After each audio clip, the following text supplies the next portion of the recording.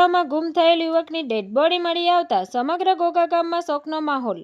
ઘોઘા રોરો ફેરી road ઉપર આવેલ sir તળાવમાં એક યુવક ગુમ થઈ ગયો હતો, ત્યારે આ યુવકને શોધવા માટે ભારે જહેમત ઉઠાવી હતી।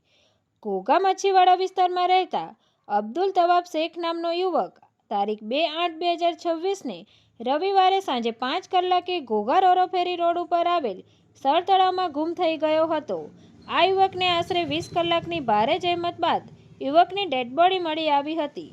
સર તળાવમાં ગુમ થયેલ યુવકને શોધવા માટે એનડીઆરએફની ટીમે ગુમ થયેલ યુવકને શોધવા માટે ભારે જહેમત ઉઠાવી હતી, ત્યારે એનડીઆરએફની ટીમને કોઈ ચોક્કસ પરિણામ ન મળતા આ યુવકને શોધવા માટે ઘોઘા ગામના હિન્દુ મુસ્લિમ સમાજના અનેક તરવૈયાઓ જોડાયા હતા અને સ્થાનિક તરવૈયાઓએ ભારે જહેમત બાદ ગુમ થયેલ યુવકને શોધવામાં સફળતા મળી હતી। આ યુવકની ડેડ બોડીને ખાનગી વાહન દ્વારા પીએમ અર્થે ભાવનગર હોસ્પિટલ ખાતે લઈ જવામાં આવી। આ સમગ્ર બનાવ અંગે ઘોઘા પોલીસ દ્વારા પંચરોજ કામ કરી આગળની તજવીજ હાથ ધરી છે, તેમજ ઘોઘા રોરો ફેરી રોડ ઉપર આવેલ સર તળાવમાં યુવક ગુમ થયો હતો, જેમાં ઘોઘા પીએસઆઈ ચાવડા સાહેબ, ઘોઘા મામલતદાર ઠુમ્મર સાહેબ, ઘોઘા ટીડીઓ દિલીપ પંડ્યા સાહેબ, ઘોઘા તલાટી મંત્રી અમિત પંડ્યા સાહેબ, ઘોઘા ગ્રામ પંચાયત સરપંચ શ્રી રમીનાબેન મહેતાના પ્રતિનિધિ સાગરભાઈ મહેતા,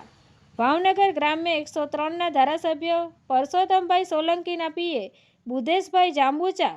ઘોઘા તાલુકા પ્રમુખ વિનુભાઈ મકવાણા, ઘોઘા તાલુકા કોંગ્રેસ સદસ્ય ઉર્મિલાબા જાડેજાના પ્રતિનિધિ રાજપાલસિંહ જાડેજા, મુમતાજબેન સોરઠિયાના પ્રતિનિધિ હસનભાઈ સોરઠિયા,